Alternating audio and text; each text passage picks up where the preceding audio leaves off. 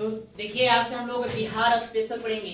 तो बिहार स्पेशल में भी है ना, आपको बिहार की इकोनॉमिक्स अर्थव्यवस्था के बारे में जानना होगा, बिहार के इतिहास को समझेंगे, बिहार का भूगोल और बिहार की राज्य व्यवस्था यानी प्रशासन को समझेंगे। नहीं तो सबसे पहले हम लोग बिहार की राज्य व्यवस्था और प्रशासन को समझने का प्रयास करेंगे। पहले इसी को देख लेते हैं, उसके बाद हम लोग इतिहास देखेंगे। ठीक है, देखिए बिहार की राज्य व्यवस्था यानी प्रशासन कहने मतलब इस राज्य की शासन प्रणाली क्या है, कैसे इस राज्य का संचालन किया जाता है। नहीं, इसको समझने के लिए पहले हम आते हैं पहले बिहार पर कि वर्तमान में जो हमारा बिहार है उसकी क्या स्थिति है, उसका क्या लोकेशन है। ठीक है, बिहार को पहले हम समझेंगे। तो समझने के लिए हम इसको पहले समझेंगे प्राचीन काल में आएंगे। प्राचीन काल एंशिएंट इरा, उसके बाद है मध्यकाल मिडिवल इरा और आधुनिक काल मॉडर्न इरा। इन समयावधि में बिहार की क्या स्थिति रहेगी पहले उसको हम समझेंगे कि बिहार प्राचीन काल से ही राजनीति का प्रमुख केंद्र रहा है भारत का। बिहार का इतिहास काफी गौरवान्वित है ना, गौरवपूर्ण इतिहास रहा है। बिहार की चर्चा यदि देखेंगे कि सबसे पहले कि बिहार की चर्चा कहाँ किया गया है तो वेदों में। वेद में आप ऋग्वेद आएंगे, ऋग्वेद तो ऋग्वेद में बिहार की चर्चा की गई है। यहाँ ऋग्वेद में बिहार को कीकट शब्द कहा गया। कीकट कहा गया। कीकट का अर्थ होता है निम्न श्रेणी के लोग। हालांकि अच्छा शब्द तो है नहीं, बिहार के लिए अच्छे शब्द का प्रयोग किया नहीं गया है, लेकिन फिर भी है ना, ऋग्वेद में बिहार को क्या लिखा गया है, कीकट लिखा गया है। वैदिक सभ्यता के बाद आप आएंगे नहीं महाजनपद काल में देखने को मिलता है यहाँ पर मगध राजवंश की स्थापना, मगध राजवंश की स्थापना हुई। इसी मगध राजवंश में एक से एक प्रतापी राजा हुए। भारत का पहला जो राजवंश कहलाता है हर्यक वंश। इस हर्यक वंश की शुरुआत हुई राजगृह से हुआ। राजगृह जो को कहने का मतलब है ये वर्तमान में आज क्या कहलाता है, राजगृह कहलाता है। यहीं पर हर्यक वंश का राजा बिंबिसार का जिक्र मिलता है, देखने को मिलता है। नहीं, और हम पीछे जाएंगे, हम इतिहास के पन्नों में सबको पढ़ेंगे और हम पीछे जाएंगे तो मगध पर सबसे पहले बृहद्रथ वंश का स्थापना हुआ था। बृहद्रथ वंश का स्थापना हुआ था। इसी बृहद्रथ वंश का एक प्रतापी राजा हुआ जरासंध। जरासंध का आप नाम सुने होंगे, आप राजगीर जाएंगे तो राजगीर में जरासंध का अखाड़ा भी देखने को मिलेगा। तो बृहद्रथ वंश मिलेगा। उसके बाद हर्यक वंश के बाद है ना विभिन्न प्रकार के राजवंश से, विभिन्न नाम से राजवंशों का शासन इस मगध पर चलता रहा। या आप कह सकते हैं कि अगर प्राचीन भारत के इतिहास यदि आपको पढ़ना है तो प्राचीन भारत के इतिहास में 70% इतिहास जो है वो बिहार का है। नहीं, बिहार का जो पटना आज वर्तमान में राजधानी है उसमें पाटलिपुत्रा कहलाता था। तो पाटलिपुत्रा प्रारंभिक काल से ही, प्राचीन काल से ही भारत की राजधानी रही है। नहीं, भारत के राजनीति का मुख्य केंद्र रहा है ना, मुख्य धुरी रहा है पाटलिपुत्रा से ही प्राचीन काल में राजनीतिक व्यवस्था का संचालन किया जाता था। मतलब पाटलिपुत्रा को जो शासक वो पूरा भारत का शासक माना जाता था। लेकिन समय अवधि बदला, फिर मध्यकाल में आएंगे तो मध्यकाल में आएंगे देखिए 712 ईस्वी। एक वो काल है जब भारत पर पहली बार विदेशियों का आक्रमण हुआ। अरब आक्रमण कहिए, अरब मुस्लिम आक्रमण हुआ, अरब आक्रमण इसको करने वाला मोहम्मद बिन कासिम था। मोहम्मद बिन कासिम था। इसने भारत पर पहली बार आक्रमण किया था 712 में। सिंध पर आक्रमण किया, उसमें सिंध का राजा दाहिर था। राजा दाहिर तो पराजित हो गया, लेकिन वह अंदर तक घुस नहीं पाया क्योंकि उस समय पूर्वोत्तर भारत के क्षेत्रों में, पश्चिमोत्तर भारत के क्षेत्रों में देखेंगे तो राजपूतों का शासन हुआ करता था। राजपूत लोग रहते थे, गुज्जर प्रतिहार, खास करके गुज्जर प्रतिहार राजवंशों का शासन था। वो काफी ताकतवर थे, शक्तिशाली थे। अतः इन मुस्लिम आक्रमणकारियों को भारत में घुसने नहीं दिया, उसको पीछे की ओर फिर बैठ जाना पड़ा। फिर समय बीता, समय बीतने के बाद 11वीं सदी आ रही है, मतलब है ना 1000 ईस्वी के बाद भारत पर फिर आक्रमण होगा महमूद गजनी या गजनवी का। इसका आक्रमण होगा, यह सफल रहा, यह भारत के अंदर तक घुस आया। उसके बाद फिर हम जाएंगे तो आप सुनेंगे तराइन का युद्ध।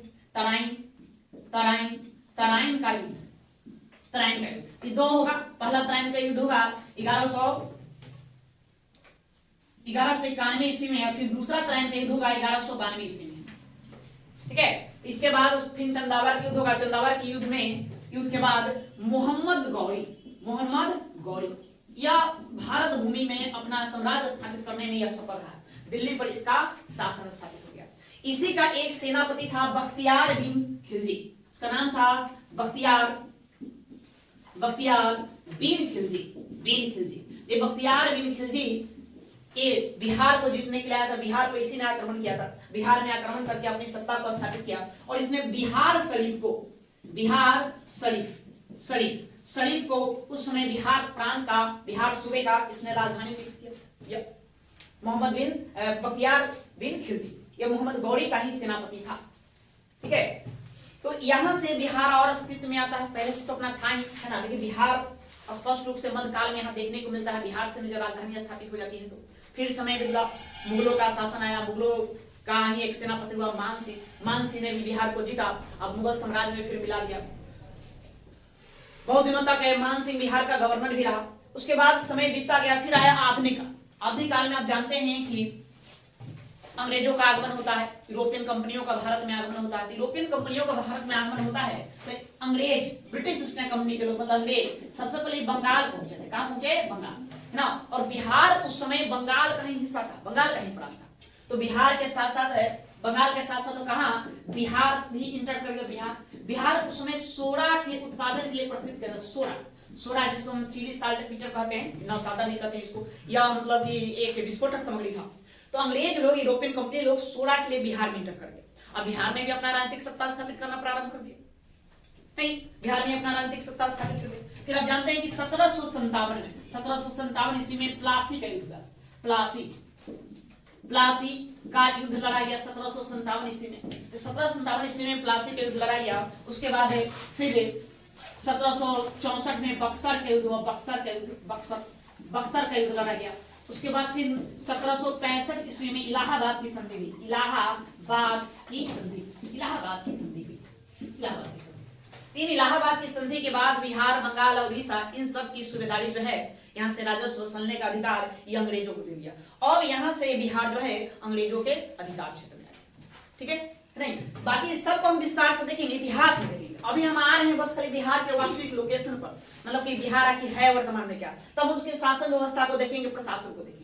ठीक है, तो क्या हम जानेंगे प्राचीन काल में। प्राचीन काल में को ध्यान रखना है कि प्राचीन भारत का इतिहास यदि आपको पढ़ना है तो उसमें पढ़ेंगे तो 70% इतिहास जो है प्राचीन भारत का पाटलिपुत्रा के इर्द गिर्द घूमता है।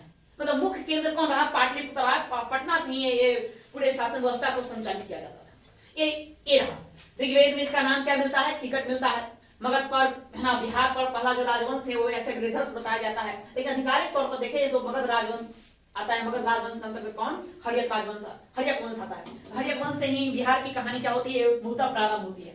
उसके बाद मध्यकालीन भारत में अगर आएंगे तो मध्यकालीन भारत में बिहार की स्थिति बहुत ही अच्छी थी, सुदृढ़ थी, ठीक ठाक थी। इसमें 712 में अरब आक्रमण हुआ भारत पर, मोहम्मद बिन कासिम के नेतृत्व में। उसके बाद फिर मोहम्मद गजनी भारत पर आक्रमण किया। उसके बाद फिर कौन आया? मोहम्मद गौरी आया। जब मोहम्मद गौरी आया, देखो कासिम आया तो उसको तो सिंध प्रांत से लौटा दिया। गुर्जर प्रतिहारों जो राजपूत राजवंश थे उसको खदेड़ कर वहीं से लौटा दिया। उसके बाद मोहम्मद गजनवी अंदर तक घुस आया, लेकिन ये बिहार के क्षेत्र में नहीं आ पाया। लेकिन गौरी जो है ये जब दिल्ली पर कब्जा करेगा तो दिल्ली पर कब्जा करने के बाद वो क्या करेगा? बिहार में आएगा। उसने अपने एक सेनापति बख्तियार बिन खिलजी को बिहार भेजा, है ना, बिहार पर आक्रमण। उसके कई सेनापति थे, उसी में से एक सेनापति को बंगाल बिहार को जीतने के लिए भेजा कि जाओ भाई बंगाल बिहार को भी जीतो। ये बंगाल बिहार जीतने के लिए आया, बंगाल बिहार को ही जीता है। आपने सुना होगा नालंदा विश्वविद्यालय, नहीं, जो उसमें विश्व में अपना उसको ख्याति प्राप्त था शिक्षा के मामले में, विद्या के मामले में, वो टॉप लेवल का यूनिवर्सिटी हुआ करता था। तो यही बख्तियार बिन खिलजी है, इसने नालंदा विश्वविद्यालय को उखाड़ दिया। उसको कहा जाता है उसको आग लगा दिया, जला दिया, पूरी तरह तहस नहस कर दिया। उसने बिहार पर कब्जा कर लिया और बिहार शरीफ को अपने प्रांत की, बिहार की एक तरह से क्या बना दिया? राजधानी दिया, बिहार शरीफ। उसी ने नाम रखा है बिहार शरीफ। नहीं, शरीफ का अर्थ होता है खानका, जिसका खानका करने मतलब एक पवित्र स्थल माना जाता है। पवित्र स्थल, ये सूफियों के रहने की स्थल है। सूफी जो संत होते थे, जो इस्लाम धर्म के प्रचारक रहे एक तरह से, तो उन्हीं के रहने की जो जगह है उसी को हम कहते हैं बिहार शरीफ कहा जाता है। बिहार शरीफ मतलब खानका का अर्थ क्या होता है? पवित्र स्थल होता है। और ऐसे भी आप जानते हैं बिहार में क्या है, इसका नाम पड़ने का वास्तविक कारण कि क्यों आखिर इसका नाम बिहार रखा गया। तो इसका बिहार नाम पड़ने के पीछे की कहानी है बौद्ध विहार। बौद्ध भिक्षु जो थे, आप जानते हैं कि बौद्ध धर्म इसकी भी जननी कौन रही है? बिहार रही है। नहीं, गौतम बुद्ध जिन्हें बौद्ध धर्म को जन्म दिया, दुनिया को शांति का पाठ पढ़ाया, वो अपना ही बिहार है जिसने दुनिया को शांति का पाठ पढ़ाया। दुनिया में पहली बार गणतंत्र की स्थापना, लोकतंत्र की स्थापना तो बिहार के वैशाली में ही हुआ। नहीं, दुनिया को शून्य देने वाले व्यक्ति आर्यभट्ट जो गणित के क्षेत्र में माहिर है ना, उनका भी जन्म बिहार में। तो बिहार का इतिहास वाकई में गौरवपूर्ण रहा है।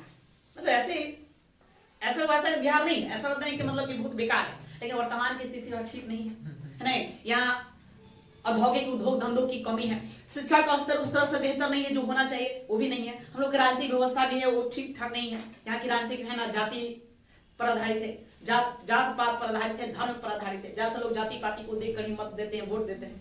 नहीं, औद्योगिक धंधे ठीक नहीं होने के कारण देख रहे हैं बिहार से बहुत सारे लोग क्या कर रहे हैं, पलायन कर रहे हैं, दूसरे राज्यों में जा रहे हैं, काम धंधे की तलाश में। रोजगार है नहीं तो क्या करें, हर किसी को रोजगार चाहिए, पेट तो हर किसी को भरना है। बिना रोजगार का कोई काम नहीं हो सकता है, बिना अर्थ की प्राप्ति क्या होता है, जीवन नहीं चल सकता। इसलिए लोग क्या कर रहे हैं, अर्थ की प्राप्ति के लिए दूसरे राज्यों में पलायन कर रहे हैं, मजबूरी है। नहीं, इसके कारण उद्योग धंधे ना होने के कारण, लोगों के पास काम न होने के कारण, अर्थात बेरोजगारी का स्तर बढ़ने के कारण, और शिक्षा व्यवस्था भी ठीक न होने के कारण, उस लेवल का जो होना चाहिए न होने के कारण क्या हो रहा है, यहाँ क्राइम भी ज्यादा है। लोग कहा जाता है यहाँ क्राइम ज्यादा। अब देखिए वो फिल्मों में दिखाता है, नहीं साउथ फिल्म देखते हैं तो उसे दिखाता है ना कि शहर बिहार से गुंडे मंगाए हैं। हाँ जी, मैंने बिहार को क्या कहना है, मतलब कि लगता है यहाँ से गुंडे लोग ही पैदा होते हैं। ठीक है, ऐसा नहीं है ना। यूपीएससी एग्जाम भी क्रैक करने वाला बिहारी है, उसमें भी इसका प्रतिशत बहुत अच्छा रहता है। IITian बनने में भी इसका प्रतिशत बहुत अच्छा रहता है। हमारा बिहार आगे रहा है ऐसा बात नहीं है, लेकिन वर्तमान की स्थिति जो चाहिए सो नहीं है, वो अलग बात है। ठीक है, तो बौद्ध धर्म का जन्म यही हुआ था।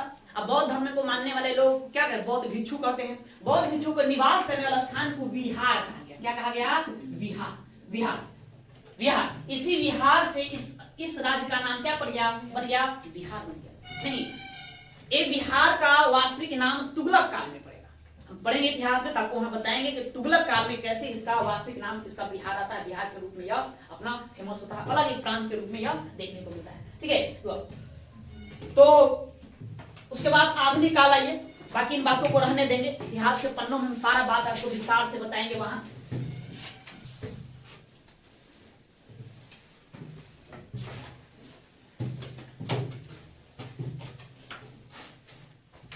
देखिए आधुनिक काल में हम पहले आपको टाइमलाइन देख लेंगे, कब कब कौन कौन सी घटना है बिहार बनने के संदर्भ में, कैसे बिहार आया। ठीक है, उसको हम देखेंगे। तो सबसे पहले हम 1757 कौन सा यहाँ युद्ध लड़ा जाएगा, प्लासी का युद्ध लड़ा जाएगा। प्लासी का युद्ध के बाद बंगाल पर अंग्रेजों का अधिकार हो जाएगा, अधिपत्य हो जाएगा। और उस समय बिहार बंगाल के अंतर्गत था, ऐसा नहीं बिहार अलग है, नहीं। अभी बंगाल, बिहार, उड़ीसा एक संयुक्त प्रांत था। साथ में आप बांग्लादेश को रख सकते हैं। तो बांग्लादेश, आज का पश्चिम बंगाल, आज का बिहार, आज का झारखंड, उस संपूर्ण राज्यों को क्या कहा जाता था, बंगाल कहा जाता। तो बंगाल था। तो प्लासी के युद्ध के बाद अंग्रेजों का बंगाल पर क्या हो गया, अधिकार हो गया। फिर उसके बाद 1764 में यहाँ बक्सर का युद्ध लड़ा जाएगा। बक्सर के युद्ध के बाद ही 1765 में इलाहाबाद की संधि होगी। इलाहाबाद की संधि, ये इलाहाबाद की जो संधि था, यह बहुत ही निर्णायक संधि था। इसी संधि के तहत बंगाल, बिहार और उड़ीसा की सुबेदारी इसको अंग्रेजों को सौंप दी गई, अंग्रेजों को अधीन कर दिया गया। अब अंग्रेज अपना इस प्रशासन व्यवस्था को स्थापित करना शुरू कर दिया, प्रशासन अपनाया, चल रहा। समय बीतते गया, जानते हैं कि भारत में पहली बार पुनर्जागरण, मतलब कि बौद्धिक क्षमता का विकास, शिक्षा का जागरण कह सकते हैं। शिक्षा का विकास सबसे पहले कहां होता है, बंगाल में होता है। बंगाल और बंगाल से ही क्रांतिकारी आंदोलनों की शुरुआत होती है। क्रांतिकारी आंदोलन की शुरुआत होती है। आंदोलन भी यहीं से शुरू होता है। बंगाल में ही बौद्धिक जागरण होने कारण, पूर्ण जागरण होने कारण बंगाल के लोग ज्यादा शिक्षित निकले, पढ़े लिखे निकले। वो लोग क्या किए, मुख्य जो भी प्रशासनिक पद था उस सभी पदों पर बंगालियों का अधिकार हो गया। अब बिहार प्रांत को लग रहा है, बिहारियों को लग रहा है, बिहार प्रांत में रहने वाले लोगों को लग रहा है जैसे कि है ना, कि हमें कुछ मिला नहीं, हमारी हकों की मारी हो रही है, हकमारी मेरा किया जा रहा है, हमें जो चाहिए वो नहीं है, हमें भी ऊंचे ऊंचे पदों पर चाहिए। इसलिए बिहार में एक तरह से आंदोलन होना शुरू हो गया, आवाज उठना शुरू है कि बिहार को क्या कर दिया जाए, अलग किया जाए, बंगाल से बिहार को अलग कर दिया है ना। इस आंदोलन की शुरुआत 1885 होगा। कब होगा, 1885 में मांग उठा कि बिहार प्रांत को बंगाल से क्या कर दिया जाए, अलग कर दिया जाए। वही में 1893 में बिहार के ही एक पुत्र हुए डॉक्टर सच्चिदानंद सिन्हा, ये इन्होंने उस आंदोलन को और हवा दे दिया। है ना। 1885 में एक नारा चला था, बिहार बिहारियों का है, बिहार बिहारियों का है, बिहारियों का है, एक नारा चला। यहां से लोग आवाज उठाना शुरू कर दिए कि हमको बिहार अलग करिए, है ना। हम लोग कोई प्रशासन का पद आप दे नहीं रहे हैं, नहीं कोई राजनीतिक पद है, न उसका कोई लाभ हो रहा है, सब पर बंगालियों का कब्जा है, इसलिए हम लोग को अलग चाहिए। अब आपको भी लगेगा कि हमारी हकमारी हो रही तो आवाज उठाओगे, नहीं आवाज उठाने का, यहाँ भी लोग आवाज उठाए। 1893 डॉक्टर सच्चिदानंद सिन्हा ने इसको और हवा दे दी और इसको बल दे दिए, है ना। कहा जाता है कि बिहार का निर्माण करने में या बिहार का वास्तविक निर्माता के तौर पर किनको देखा जाता है, डॉक्टर सच्चिदानंद सिन्हा को देखा जाता है। यह आंदोलन चलते रहा, आवाज उठते रही, बातें होते रही। 1912 ईस्वी नहीं 1911 में 1911 ईस्वी में दिल्ली दरबार का आयोजन होगा। इतिहास के पन्नों पर हम पढ़ेंगे दिल्ली दरबार का आयोजन 3 बार किया जाएगा। एक 1877 में, दूसरा 1903 में और तीसरा आपको किया जाएगा 1911 में, नहीं 1911 में, दिसंबर 1911 में दिल्ली दरबार का आयोजन किया जाएगा। मतलब इस समय ब्रिटेन का राजा आता था भारत में, तो ब्रिटेन का राजा आता था तो उसके लिए भाई राजा है कि तो व्यवस्था करोगे ना, जो स्वागत वगैरह करोगे, पूरा एकदम शान शौकत के साथ स्वागत करोगे, नहीं राजा की बात है तो पूरे शान शौकत के साथ स्वागत करने के लिए एकदम भव्य स्वागत किया जाता था। उसके लिए एक भव्य समारोह का आयोजन किया जाता था, तो दिल्ली में होता था, इसलिए उसको दिल्ली दरबार का नाम दिया गया। नहीं कोई भी अतिथि आएंगे तो आप उसको कड़े नहीं करेंगे। अभी देखिए हाल ही में G20 का आयोजन भारत में हुआ ना, दिल्ली को दुल्हन की तरफ सजा दिया गया। हमारी वर्तमान के जो सरकार है, मोदी जी ने क्या किया, पूरे दिल्ली को एकदम दुल्हन की तरफ सजा दिया। क्यों जी, है ना, पानी की तरफ पैसा बहा उसको सजाने में क्या है। सोच रहे हो पूरे दुनिया के राष्ट्राध्यक्ष, मुख्य प्रमुख देशों के राष्ट्राध्यक्ष भारत आएंगे, तो भारत आएंगे तो व्यवस्था देखकर क्या करेंगे, ऐसे ऐसी बिठाओगे, खाली वो दिल्ली देखेंगे और भी जगह जाएंगे ना तो उसको सजाना ही बनता है, नहीं भव्य स्वागत करेंगे, क्या इमेज की बात है। नहीं फिर जाए कहेंगे बताओ भाई दिल्ली गए, भारत गए, वहां तो कुछ है ही नहीं, ठीक है। भारत को किताबों में पढ़ोगे, नहीं दिखना पड़ेगा, जो आदमी दिखता है वही लिखता है। भारत में, प्राचीन भारत में एक से एक विदेशी भारत है, तो भारत है तो भारत का वर्णन उन्होंने क्या किया, देख कर किया, वहां के नगरों को देखा, वहां के शासन व्यवस्था को देखा, उसी के आधार पर लिखा, उसकी प्रशंसा की तो भैया इस तरह का है भारत। तो वैसे ही प्रमुख देशों के राष्ट्राध्यक्ष भारत में आ रहे हैं, इसलिए दिल्ली को सजाना बनता ही बनता है, ताकि वो कहें कि हाँ वाकई में दिल्ली है। देखते हैं लोग शादी विवाह करते हैं तो क्यों, एक दिन का कार्यक्रम होता है, लेकिन लाखों रुपए पानी की तरह बहा देते हैं, उसका सजावट पर शानो शौकत का क्यों, चर्चा लोग देखेंगे तो ही ना बताएंगे कि ना गए भाई तो वहां था, खान पान बेहतर था, सजावट तो कहना नहीं, यह रौनक था कि क्या कहें, यही होता है चर्चा, इसलिए सजाना पड़ता है। इसलिए दिल्ली दरबार भी क्या होता था, भव्य आयोजन किया जाता।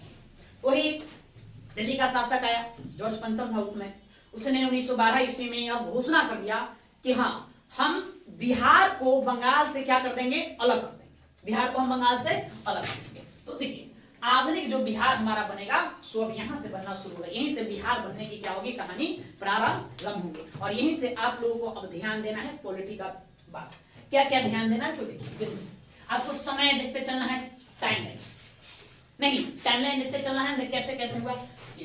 22 मार्च,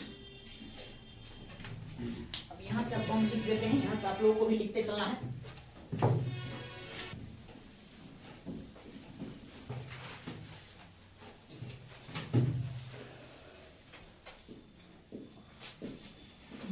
मार्च 1912 ये वो तारीख है जब बिहार को आधिकारिक तौर पर अलग करने की घोषणा की गई।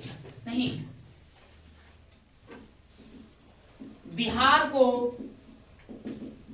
बंगाल से अलग अलग प्रांत बनाने की घोषणा, आधिकारिक घोषणा, ठीक है, आधिकारिक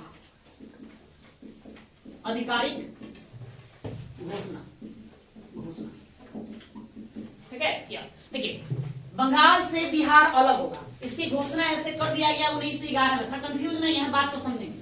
देखिए प्रश्न आपको भारत के इतिहास में आपको भी प्रश्न पूछाएगा, भारत के इतिहास में हिस्ट्री में देखेंगे नहीं कि भारत की राजधानी दिल्ली बनेगी, घोषणा किस वर्ष की गई, तो वर्ष पूछेगा तो 1911 में घोषणा की गई, लेकिन बना किस वर्ष बनाया गया तो 1912 में बनाया गया।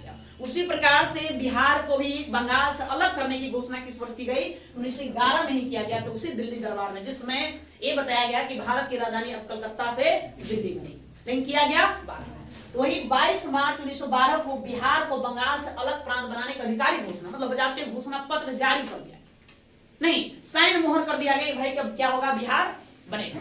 तो फिर अब 1 अप्रैल 1912 क्या हुआ, बिहार उड़ीसा संयुक्त राज्य का गठन, संयुक्त राज्य का गठन। नहीं, उसके बाद ठीक 1 अप्रैल 1912 को बिहार उड़ीसा संयुक्त राज्य का क्या कर दिया, गठन। अभी मतलब कि बना, बंगाल से हम अलग किए थे, बंगाल से अलग किए थे, किसको अलग किए, खाली बिहार नहीं, उसमें बिहार के साथ साथ कौन रहेगा, उड़ीसा रहेगा, दोनों ज्वाइंट रूप से अलग। इसलिए हम कहेंगे कि बिहार उड़ीसा संयुक्त प्रांत का क्या कर दिया गया, गठन कर दिया गया। नहीं, हम लोग बिहार दिवस कब मनाते हैं, 22 मार्च को मनाते हैं। क्यों मनाते हैं, देखो कारण यही है 22 मार्च को मनाने का। तो 22 मार्च 1912 को ही बिहार को बंगाल से अलग प्रांत बनाने का अधिकारी घोषणा की गई, इसलिए हम लोग 22 मार्च को क्या मनाते हैं, बिहार दिवस के रूप में मनाते हैं। 1 अप्रैल 1912 को क्या हुआ, बिहार उड़ीसा संयुक्त प्रांत का क्या कर दिया, गठन। अब ये अलग हो गया, बात समझ गए, ये अलग हो गया। आगे उसी प्रकार से समय बीतता जाएगा, 20 जून, ठीक है, उसी प्रकार से समय बीतता जाएगा। 20 जून 1913 में क्या हुआ, पटना कॉलेज आज भी आपको मिलेगा, कॉलेज में बिहार, कॉलेज में विधान परिषद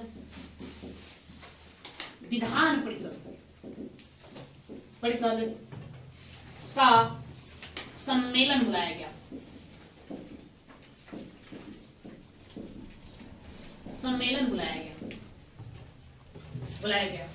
इसी सम्मेलन में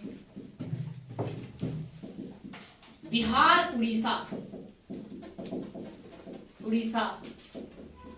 राज्य की राजधानी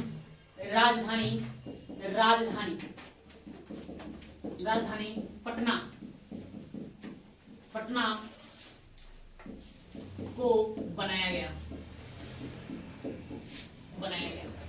ठीक है, यहां बात ध्यान देंगे। तो फिर क्या, 20 जून 1913 को पटना कॉलेज में विधान परिषद का सम्मेलन बुलाया गया था। इसी सम्मेलन में बिहार उड़ीसा राज्य की राजधानी किसको बना दिया गया, पटना। मतलब कि बिहार की राजधानी पटना किस वर्ष बनेगा, 1913 में। नहीं, देखिए विधान परिषद, यहाँ से भी प्रश्न पूछा गया है। वर्ष 1913 में जब बिहार की राजधानी पटना घोषित किया गया था, उसमें विधान परिषद का बैठक बुलाया। उस विधान परिषद में कितने मेंबर थे, नहीं, यह मतलब कि एक काउंसिल थी जो शासन प्रशासन को चलाएगा। हम धीरे धीरे सबको समझेंगे। विधान परिषद, इस विधान परिषद में परिषद में कुल 43 सदस्य थे। कितने, 43 मेंबर थे, 43। 43 मेंबर में दो तरह के मेंबर थे। एक थे निर्वाचित जो वोटिंग के द्वारा जीत कर आए थे, और एक थे मनोनीत। तो निर्वाचित सदस्यों की संख्या 24 थी, तो मनोनीत सदस्यों की संख्या कितनी हो जाएगी, 19। मतलब एक थे इलेक्टेड और एक थे सिलेक्टेड। दो तरह की बातें चलती थी। और अंग्रेजों का शासन था, तो वही जो भी विधानसभा विधान परिषद जो होता था, जो मतलब कि शासन व्यवस्था को संचालित करता। आगे हम शासन कैसे चलाते हैं, राज्य विधानमंडल हमारे यहाँ। राज्य विधानमंडल के दो अंग है, एक विधानसभा एक विधान परिषद है। दो तरह के हैं, दोनों में अपना अपना मेंबर होते हैं। दोनों में मेंबर जो होते हैं चुने जाते हैं ना, निर्वाचित किए जाते हैं। चुनाव होता है उनका, वो निर्वाचित होते हैं, निर्वाचित होकर वहां पहुंचते हैं। कुछ ऐसे भी मेंबर है जो राज्यपाल के द्वारा मनोनीत कर दिए जाते हैं। तो वही मनोनीत कितने होते थे, 19, और निर्वाचित कितने होते थे, 24। ये है ये विधान परिषद। अभी विधानसभा नहीं है, अभी विधान परिषद है, ठीक है। या एक बार समय बदला, समय बदलने के बाद फिर देखिए एक अधिनियम लाया जाए अंग्रेजों द्वारा। अधिनियम का नाम था भारत शासन अधिनियम। भारत शासन अधिनियम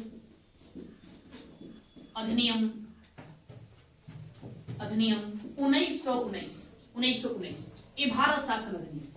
इस अधिनियम के तहत बिहार के लिए बहुत सारी बातें किया गया। पहली बार आप जानेंगे कि इस अधिनियम के तहत प्रांतों में द्वैध शासन लागू किया गया। मतलब अंग्रेज जितने भी भारत के प्रांतों पर, राज्यों पर अधिकार कर रखा था, उन प्रांतों में द्वैध शासन लागू कर दिया था। तो उसमें बिहार और उड़ीसा भी प्रांत आएगा। तो क्या होगा, बिहार उड़ीसा राज्य में राज्य में द्वैध शासन लागू हो जाएगा। द्वैध शासन यहां लागू कर दिया जाएगा, लागू। ठीक है। सबसे महत्वपूर्ण बात कि बिहार उड़ीसा को पूर्ण राज्य का दर्जा दिया गया। पूर्ण राज्य का दर्जा दिया गया। आपको याद करने वाली बात है, ये पॉइंट है। ये वही प्रश्न पूछा जाता है कि बिहार को और बिहार उड़ीसा प्रांत को पूर्ण राज्य का दर्जा कब दिया गया? तो कब दिया जाएगा? 1919 में। कब? 1919। भारत शासन अधिनियम 1919 के तहत 1919 में दिया गया। नहीं, क्या? हालांकि ये लागू कब होगा? ये लागू होगा, इसको लागू होने की तारीख है, इस अधिनियम को हम लागू करेंगे। कब लागू? तो ये लागू होगा 29 दिसंबर 1920 को। 1920 को अधिनियम लागू होता है बिहार में। ठीक है। लेकिन हमने इसी अधिनियम के तहत क्या कर दिया? उसको पूर्ण राज्य को दर्जा दे दिया। तो पहले क्या पूर्ण राज्य नहीं था? तो नहीं, पहले यह अर्ध राज्य था, पूर्ण राज्य नहीं था। तो पूर्ण राज्य जब मिल गया, इसके शासन व्यवस्था चलाने के लिए एक गवर्नर की जरूरत होगी। मेन कॉन्सेप्ट जो इसको शासन व्यवस्था चलाएंगे। तो बिहार उड़ीसा का पहला गवर्नर, बिहार उड़ीसा राज्य का प्रथम गवर्नर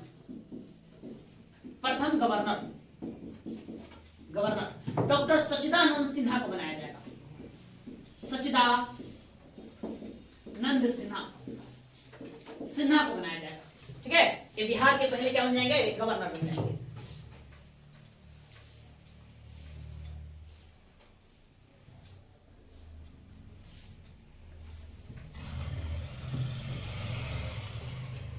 हो गया। एक बात और याद रखेंगे, बिहार उड़ीसा विधानसभा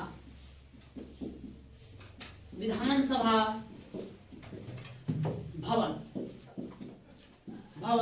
का उद्घाटन किया गया था। यह वर्ष 1921। इतने पहले उतारिए, उसके बाद हम आगे चलते हैं।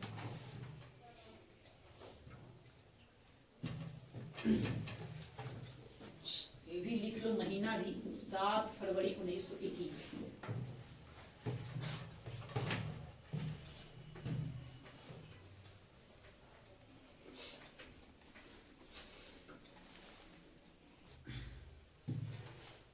बातें समझ कितना? अब तारीखें ध्यान में रखना है। 22 मार्च 1912, एक बार फिर से देख लेंगे। 22 मार्च 1912 बिहार को बंगाल से अलग प्रांत बनाने की आधिकारिक घोषणा कर दी गई। 1 अप्रैल 1912 को बिहार उड़ीसा संयुक्त प्रांत का गठन कर दिया, मतलब यह अस्तित्व में आ गया। 20 जून 1913 को पटना कॉलेज में विधान परिषद का सम्मेलन बुलाया गया था। इसी सम्मेलन में बिहार उड़ीसा राज्य की राजधानी किसको बनाया गया? पटना को बना दिया गया। अब थोड़ा सा ध्यान रखेंगे, उसमें विधान परिषद में सदस्यों की संख्या कितनी थी? 43 थी। उसमें निर्वाचित 24 थे, हम कितने थे? 19। उसके बाद 1913 के बाद आएंगे 1919 में भारत शासन अधिनियम 1919 लाया गया। नहीं, जो बिहार में लागू कब होगा? 29 दिसंबर 1920 से बिहार में क्या होगा? लागू होगा। इसके तहत बिहार उड़ीसा राज्य में द्वैध शासन लागू किया गया। सिर्फ बिहार उड़ीसा में लागू नहीं किया गया था, उसमें जितने भी ब्रिटिश प्रांत थे सभी ब्रिटिश प्रांतों में क्या कर दिया गया था? द्वैध शासन लागू कर दिया। ये है क्या? ये है, हम इतिहास में देखेंगे, आपको हम बाद में बताएंगे क्या है। बिहार उड़ीसा को यहाँ पर पूर्ण राज्य का दर्जा दे दिया है। उससे पहले ये अर्ध राज्य हुआ करता था, अब क्या बन गया? पूर्ण राज्य बन गया। तो पूर्ण राज्य बना तो बिहार उड़ीसा राज्य का प्रथम गवर्नर कौन बनेंगे? डॉक्टर सच्चिदानंद सिन्हा बनेंगे। उसके बाद बिहार उड़ीसा विधानसभा भवन का उद्घाटन किया गया। कब? 7 फरवरी 1921 को। अब देखें, ठीक आज से वर्ष 2021 में नहीं, माननीय प्रधानमंत्री मोदी जी आए थे बिहार में। क्यों? बिहार विधानसभा भवन का क्या था? शताब्दी समारोह मनाया गया। 100 वर्ष पूरे होने के उपलक्ष्य में मनाया गया था। आप लोग को याद है? नहीं याद है, कोई बात नहीं। तो वर्ष 2021 में मनाया गया था शताब्दी समारोह, है ना, विधानसभा भवन का, है ना। मोदी जी को बुलाया गया था उनको उद्घाटन करने के लिए। समारोह को उद्घाटन करता वही थे, मुख्य अतिथि के रूप में वो आए थे, उसका उद्घाटन भी किए थे। इसलिए 100 साल, है ना, 102 वर्ष हो गए भवन का, उसका गठन यहाँ किया। ठीक है, चलिए आगे।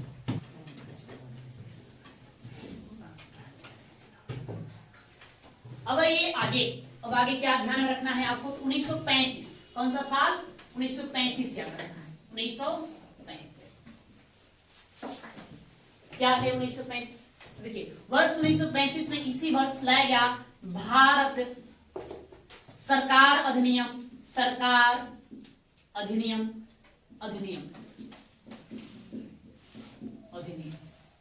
भारत सरकार अधिनियम कहिए या भारत शासन अधिनियम कहिए 1935 लाया गया। ये एक और अधिनियम पारित किया गया। इस अधिनियम के तहत इसमें क्या हुआ, घोषणा नहीं कि उड़ीसा उड़ीसा उड़ीसा बिहार से अलग होगा, बिहार से अलग होगा, अलग होगा, अलग होगा। तो 1936 में 1936 ईस्वी में उड़ीसा को बिहार से अलग कर दिया गया, बिहार से अलग कर दिया गया,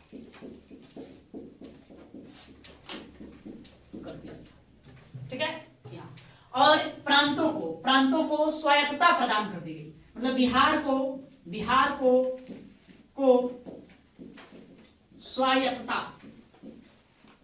स्वायत्तता प्रदान कर दी गई,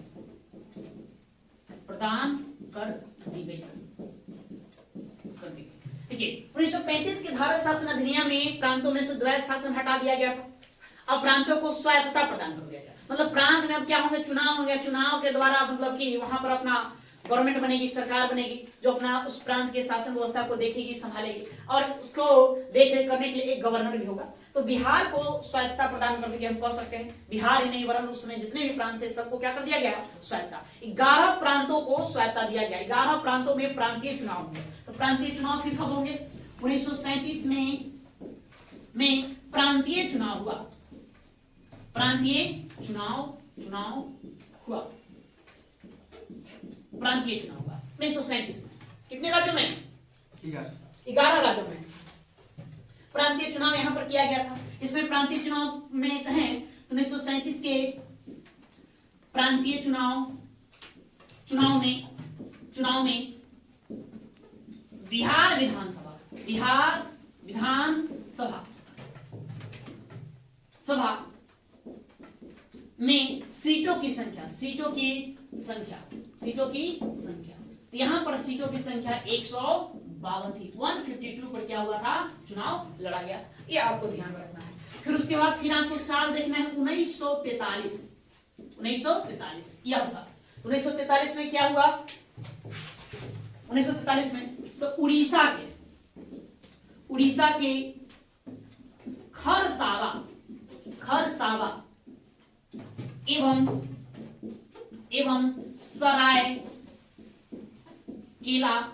सरायकेला प्रांत को बिहार में मिला दिया गया, बिहार राज्य में मिला दिया गया,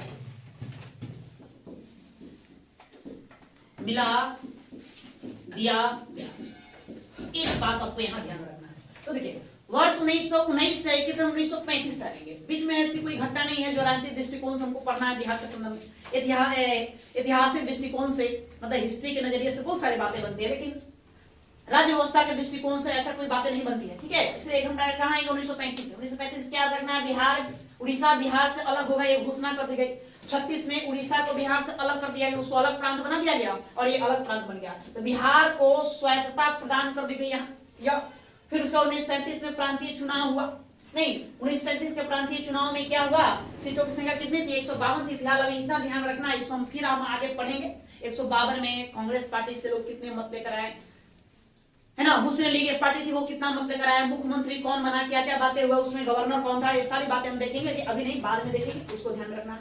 एक बात और ध्यान में रखना है, प्रश्न यदि आपसे पूछा जाएगा कि बिहार कब पूर्ण स्वतंत्र राज्य बना, तो क्या टिक मारे, प्रश्न पूछा गया नहीं, तो यहाँ आप कहेंगे 1935 में बिहार पूर्ण स्वतंत्र राज्य बना। तो हमको ध्यान में रखना है, क्या ध्यान में रखेंगे कि 1935 में बिहार स्वतंत्र पूर्ण राज्य बना, आप इसको ध्यान में रखेंगे, पूर्ण राज्य बना, ठीक है, पूर्ण राज्य बना, आपको इसको ध्यान में रखना है, इस बात को भी। ये 1935 की ही घटना है, उसी में किया। तो 36 में ना हुआ, 36 में हुआ, लेकिन 1935 का अधिनियम के तहत कहेंगे पूर्ण राज्य का दर्जा दिया गया। या चलिए आप 36 ही कहेंगे, भी कर सकते हैं। अधिनियम पूछेगा तो क्या कहेंगे, 35, साल पूछेगा तो क्या 36 आपको ध्यान में रख लेना है, पूर्ण राज्य का दर्जा उसको मिल गया। उसके बाद 1943 में क्या हुआ, हमने 3600 में उड़ीसा का तो अलग कर दिया। 1943 में कुछ बातें हुई उस तरह की, जिसमें उड़ीसा के दो प्रांत, एक प्रांत का नाम है खरसावा, है ना, और दूसरा सरायकेला, इन दोनों को पुनः किसमें मिला दिया गया, बिहार में मिला दिया गया। ये 1943 की घटना है।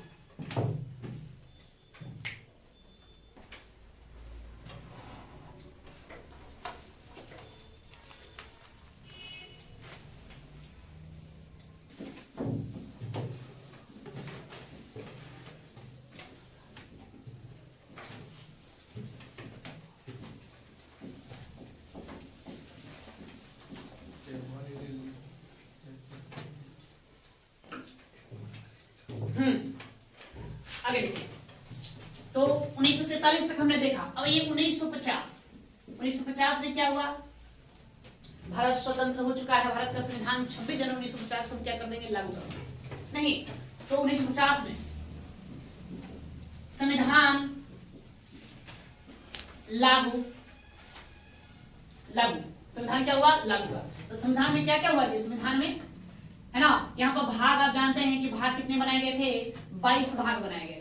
नहीं, अनुसूचियां थी, अनुसूचियों की संख्या कितनी थी, 8 थी उस समय, 8 अब 12 है। और इसमें अनुच्छेद 395 था, ये हम जानते हैं। तो भारतीय संविधान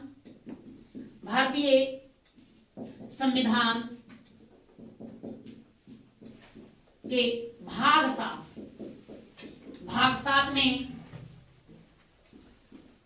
7 में राज्यों का वर्गीकरण किया गया, राज्यों का वर्गीकरण, ठीक है, वर्गीकरण किया गया था। इस बात को समझेंगे। जब भारत स्वतंत्र हुआ, भारत का संविधान लिखा गया, तो भारत में उसमें जितने भी राज्य थे उस सभी राज्यों का वर्गीकरण कर दिया। आज वर्तमान का जो स्वरूप देख रहे हैं, आज जैसा राज्य नहीं था संविधान में, मूल संविधान में। हम पढ़ेंगे, आपको पढ़ाएंगे एक चैप्टर इतिहास में, राज्य पुनर्गठन अधिनियम 1956, उसी में सारी बात बताएंगे। नहीं तो उसमें राज्य जो बना था, राज्य 4 श्रेणी का राज्य बना। कितने श्रेणी, 4, ए श्रेणी, बी श्रेणी, सी श्रेणी और डी श्रेणी। यानी किस तरह के, मतलब कि राज्यों को 4 ग्रुपों में, समूहों में बांट दिया। उसमें तो प्रश्न आपसे पूछा जाएगा कि संविधान लागू होने के समय या संविधान लागू होने के बाद बिहार को किस वर्ग में रखा, किस श्रेणी में रखा गया, तो श्रेणी ए में रखा गया। इसमें ए में, तो बिहार श्रेणी ए या श्रेणी क कहिए, क ख कह सकते हैं या ए भी कहेंगे, में शामिल था, यहां पर शामिल कर दिया। लेकिन विवाद क्या हुआ, विवाद हुआ पूरे राज्य में। भाषा के आधार पर राज्यों की गठन की मांगे चले, खासकर दक्षिण भारत में, साउथ इंडिया में।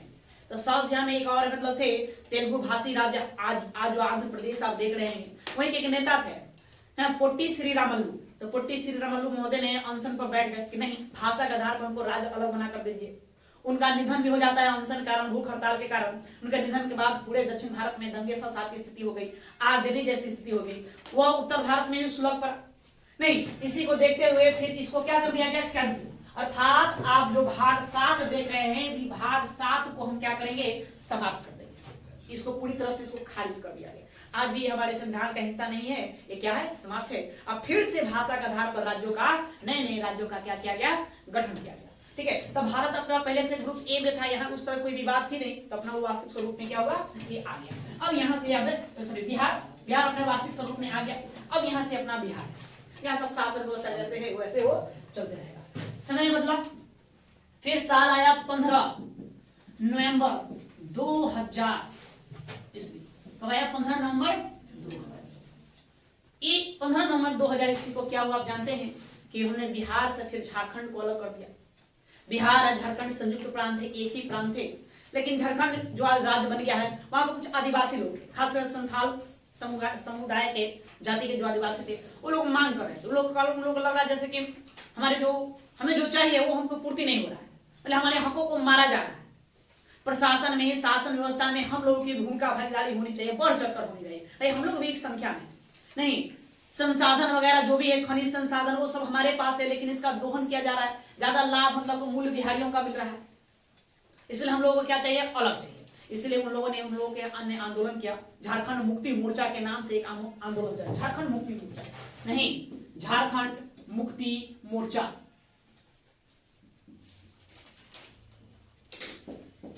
झारखंड मुक्ति मोर्चा, इसको झामुमो कहते हैं। क्या कहते हैं, झामुमो, झारखंड मुक्ति मोर्चा। यह पार्टी भी है झारखंड। इसी के बैनर तले लोगों ने आंदोलन किया। आंदोलन के फलस्वरूप क्या हुआ, हमने बिहार का बंटवारा कर दिया। आज भी देख रहे हैं, अभी भी बिहार में मांग चल रही है, साउथ बिहार और नॉर्थ बिहार। गंगा नदी हमारे बिहार के बीचों बीच जाती है, तो उत्तरी बिहार के लोग मांग कर रहे हैं, मतलब मिथिला के, दरभंगा, पूर्णिया, ये सब जो प्रांत के लोग हैं, वो लोग का मांग कर रहे हैं। वो लोग का नाम है कि उत्तरी बिहार का कम विकास हुआ, दक्षिणी बिहार का ज्यादा कर दिया। वाकई में देखने को मिलता है, शहरीकरण का स्वरूप देखिए तो है ना, दक्षिणी बिहार में ज्यादा है, उत्तरी बिहार में कम है। उत्तरी बिहार है ना, बाढ़ से परेशान हो जाता है, बार बार बाढ़ आता है ना, सबको कुछ दहा कर ले जाता है, वो लोग परेशान है। शासन प्रशासन में भी उन लोग उतनी उचित भागीदारी नहीं, जो भी हो, लेकिन वो लोग मांग कर रहे हैं, करे कमले हमको अलग कर दीजिए। तो जहां जिसको समस्या होगी वो तो मांग करेंगे, लगेगा कि हमारे हकों को मारा जा रहा है, तो परिवर्तन चाहेगा, बदलाव चाहेगा। चाहे जिसको लग रहा है जैसे हमारा शोषण हो रहा है, क्या चाहता है, बदलाव चाहता है, नहीं। तो ये उसी प्रकार से 15 नवंबर 2000 को हम क्या करेंगे, नहीं, बिहार से किसको अलग कर दिया गया, झारखंड को। बिहार राज्य से एक अलग प्रांत, एक अलग प्रांत, अलग प्रांत झारखंड, झारखंड का गठन किया गया, गठन किया गया, किया गया। ये आपको ध्यान में रखना है। नहीं तब है ना, वर्तमान बिहार का स्वरूप जो आज देखने को मिलता है, ये है। अर्थात अब कहिए बिहार, बिहार के राजनीतिक स्वरूप, वर्तमान राजनीतिक स्वरूप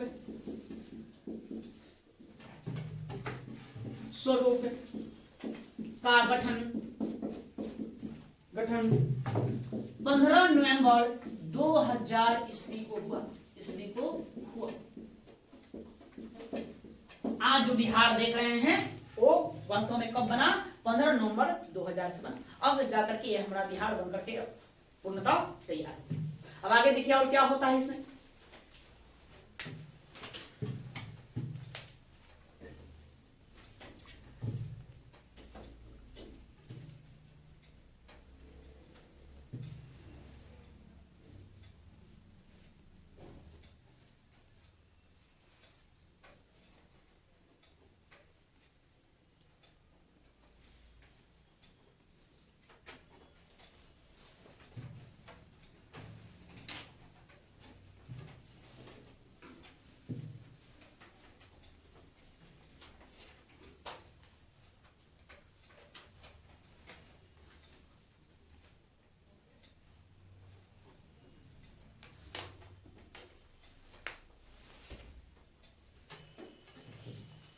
तो आज के लिए इतना ही रहने देते हैं, है ना। अब कल से हम देखेंगे यहाँ से वास्तविक बिहार अब क्या क्या है। पहले हम लोग बिहार का विवरण देख लेंगे, इसका राजनीतिक विवरण देख लेंगे। राजनीतिक विवरण करने का मतलब कि सीटों का बंटवारा, लोकसभा कितनी सीट है, राज्यसभा कितनी है, विधानसभा कितनी सीटें हैं, विधान परिषद का कितनी है। झारखंड और बिहार जब साथ था तो वहां पर सीट कितना था ये देखेंगे। उसको हम बिहार का जिलों की संख्या देख लेंगे, नहीं नगरों की संख्या देखेंगे, अंचलों की संख्या देख लेंगे, प्रखंडों की संख्या देख लेंगे। सबको देखने के बाद फिर हम इसके प्रशासन को देखेंगे, किस प्रकार से बिहार का प्रशासन चलाया जाता है। ठीक है, आज के लिए इतना ही।